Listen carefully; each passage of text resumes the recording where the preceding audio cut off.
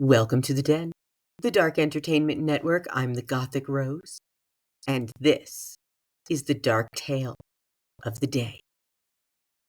Let me take this moment to reintroduce myself. I am the Gothic Rose, hostess of the Dark Entertainment Network. This is a channel where the news meets conspiracy theories and makes babies in my brain, and it comes out my mouth. I do this because I enjoy it. If you like this type of content, please follow along, because I'm not going to stop.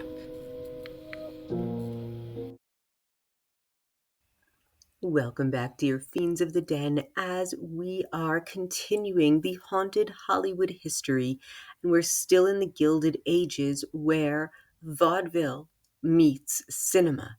And today we're talking about two of the most interesting performers, the conjoined twins, Daisy and Violet Hilton, and we're taking a deeper dive into their lives. So, as I've been saying, vaudeville was the cornerstone of American entertainment for a very long time, from the 1880s until the early 1930s, where performers would travel around the country and meet together on stage to perform all different types of acts, from singing and dancing and musician acts to animal acts. And we found that there were so many performers who started out in vaudeville and ended up in cinema, like Mary Pickford, who I've been speaking about. But more now, I would like to talk about Daisy and Violet Hilton, who I have spoken about in the past. And they were immortalized in the Broadway show Sideshow. So, we're going to talk a lot about their life and legacy. The world is absolutely filled with synchronicity, and as I'm looking up detailed information about Daisy and Violet Hilton, the conjoined twins, I find out that they were born on February 5th, 1908, in Brighton, England. And this just takes my breath away, because my birthday is February 5th, 1976. And my great grandmother, who I grew up with until I was 25 years old, was born on March 12th, 1908, the same year as Daisy and Violet Hilton. So they lived in a lot of the same time. So their mother was a woman named Kate Skinner, and she was an unmarried barmaid who reportedly disowned her daughters after their birth. So the twins were unofficially adopted by Mary Hilton, who was Skinner's employer, but here it says Skinner was also her midwife. Regardless, Mary Hilton saw the girls' uniqueness as an opportunity for financial gain. From birth, Mary Hilton began to exhibit the twins in sideshows and fairs and exploit their condition for profit. So the twins were subjected to a life of control and abuse under Hilton's guardianship. But despite these challenges, they became famous performers in vaudeville and burlesque during the 1920s and 1930s. But their early life was marked with all of this exploitation, and they eventually gained emancipation in 1930s, thanks to the legal efforts and advice from none other than Harry Houdini. So this allowed them to take control of their lives and careers and their finances for the first time. But this is where their story becomes tragic and inspiring, and it literally reflects resilience in the face of adversity. But their ending was still quite tragic. But for all that, there is a Broadway show called Sideshow, and it premiered on Broadway in 1997, and it was later revived in 2014. And this musical that I saw in previews and explained in another episode that I sat next to a murderer in these previews. It's crazy story, and I will link that in the description. But Sideshow really explored the lives of Daisy and Violet Hilton, the conjoined twins, who, as you see here, back in the day were referred to as Siamese twins. I don't say this to be politically incorrect. I say this so you know the history. That is how they referred to conjoined twins back in the vaudeville days in the 20s and 30s.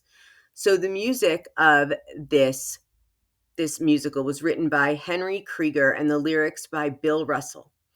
And I can tell you from seeing it, it explores the themes of love and acceptance and identity. And it's known for its powerful songs as Who Will Love Me As I Am and I Will Never Leave You and You Should Be Loved. I have the original cast recording in my CD collection. And these are incredibly emotional songs that really just tugged at your heartstrings. And I remember the murderer tearing up during these songs.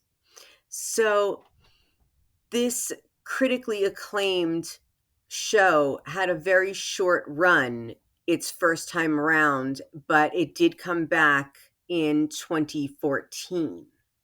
It was a beautiful show. Sideshow depicts Daisy and Violet Hilton as adults, but their early lives, they were the darlings of vaudeville. They were celebrated performers, and they were known for their musical talents, including playing instruments such as the saxophone, the clarinet, the violin, the piano, as well as singing and dancing as conjoined twins. And Daisy and Violet performed alongside legends like Bob Hope and Charlie Chaplin. And they captivated audiences with their unique presence and artistry. But of course, despite their fame, because they were so young, their careers were marred by exploitation and financial struggles, especially after the decline of vaudeville. Daisy and Violet Hilton longed to be free of the control over their lives. So, having have performed with all of these famous people, they got to know them and befriended Harry Houdini, who played a pivotal role in helping Daisy and Violet Hilton gain their legal emancipation. So the twins at this point were no longer with their unofficial adopted mother, Mary Hilton. The twins at this point were under the exploitative guardianship of Edith and Meyer Myers. Yes, the man's name was Meyer Myers.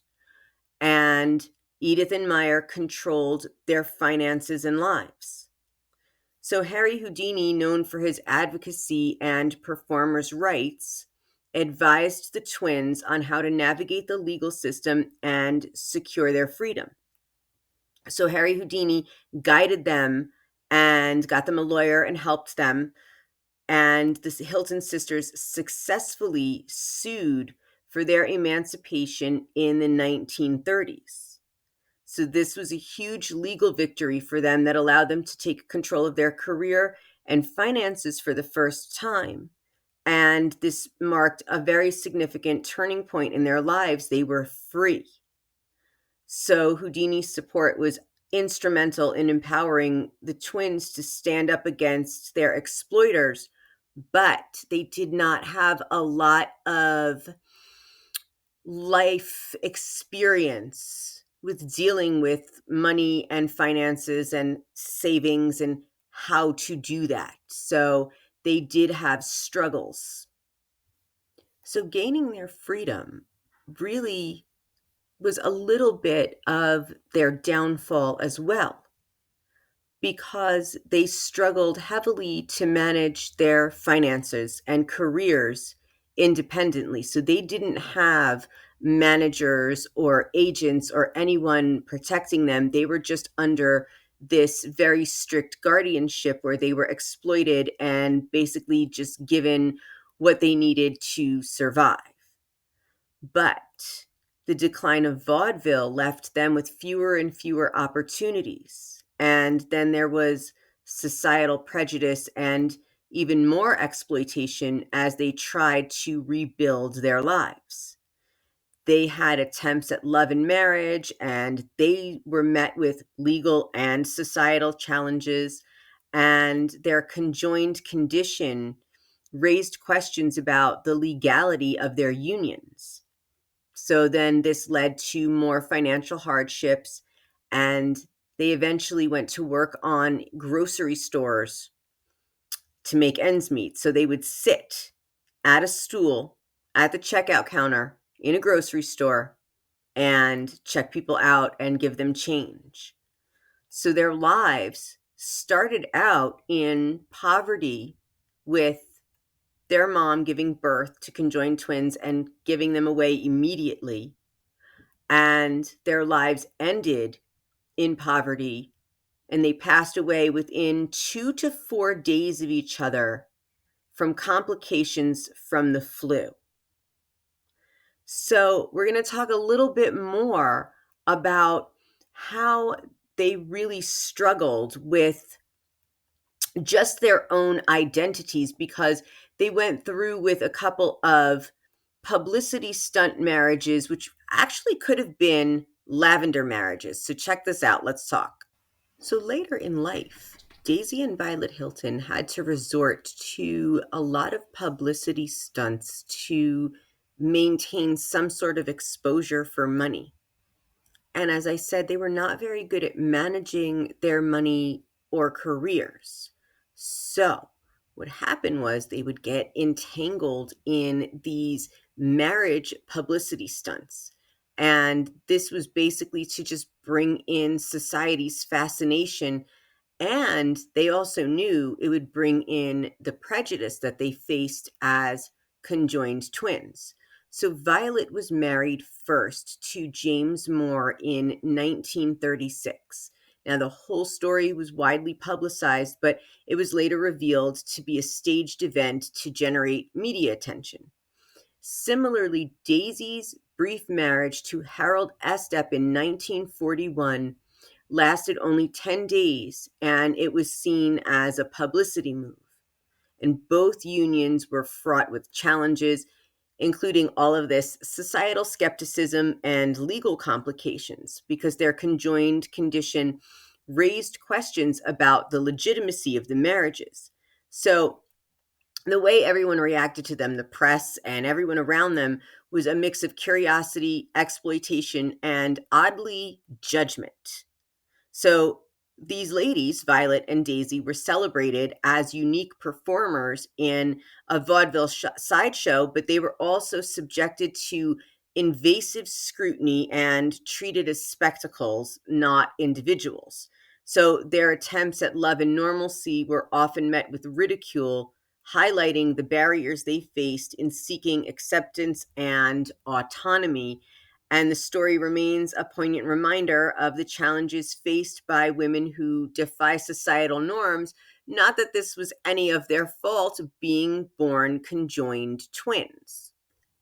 Now, we've been talking a lot about lavender marriages in current Hollywood, and going back to Daisy and Violet Hilton's marriage, Violet's husband, James Moore, admitted publicly that the marriage was a publicity stunt, and Moore, even back in 1936, was an out gay actor, and their union was orchestrated to gain media attention to boost the Hilton sisters' careers. And the marriage only lasted 10 days on paper, and it was annulled. And Daisy's marriage was also 10 days annulled, a publicity stunt, and also some sort of a lavender marriage. Now, these ladies were very, very talented, and they would still sing and play instruments and perform, and their harmonies were beautiful. Way into later in life, they just couldn't understand why people didn't take to them as adults the way they did as children. So, of course, being vaudeville performers, being put on display since infancy, being exploited your whole life, you know one thing and one thing only, and that is how to perform. So Daisy and Violet Hilton not only performed in vaudeville, but made their way to cinema.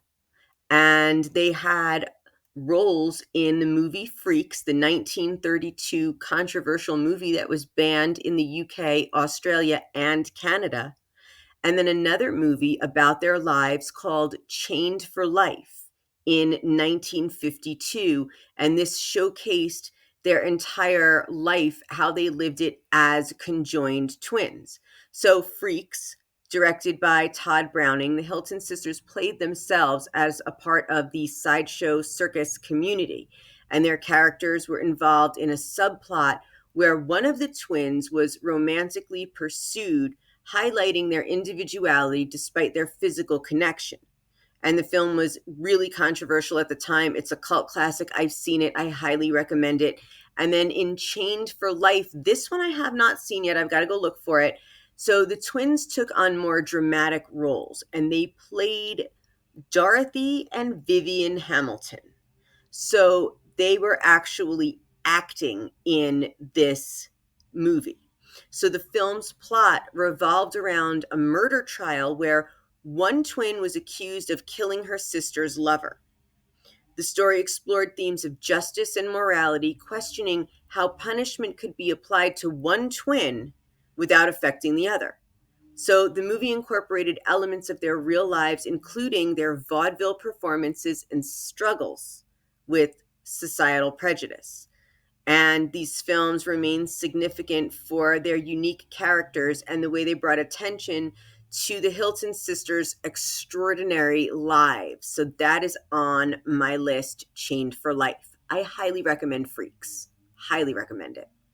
Now, I know Daisy and Violet Hilton did at one point consider surgical separation.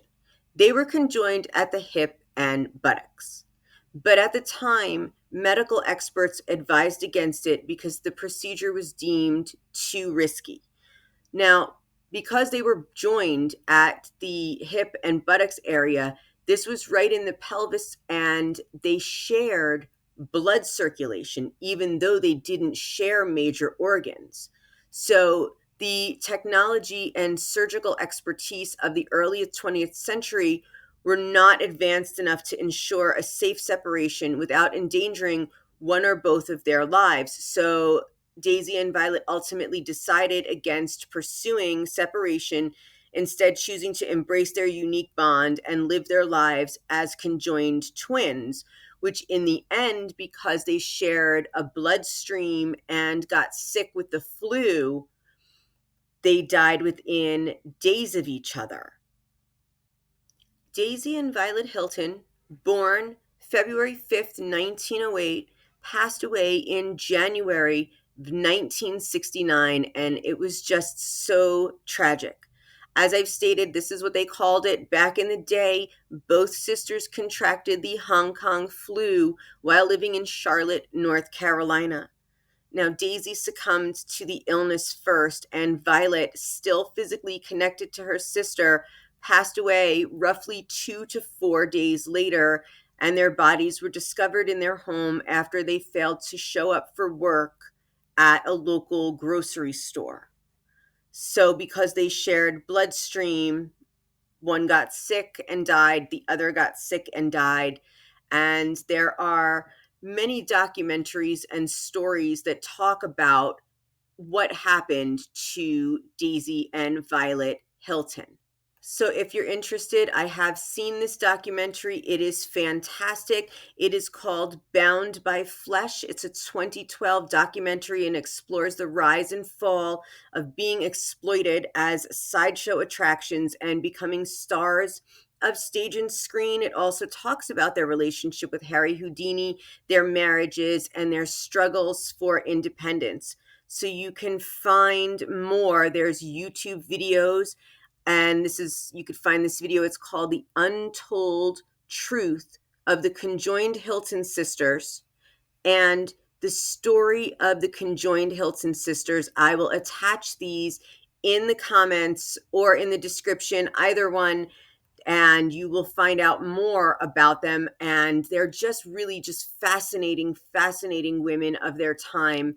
They overcame so much adversity. And if you ever get a chance to see any of the performance recorded from the late 90s or when it was revived in 2014 Sideshow, I highly recommend it. Or just pull some of the music up on Spotify, Pandora, YouTube, wherever you can find it.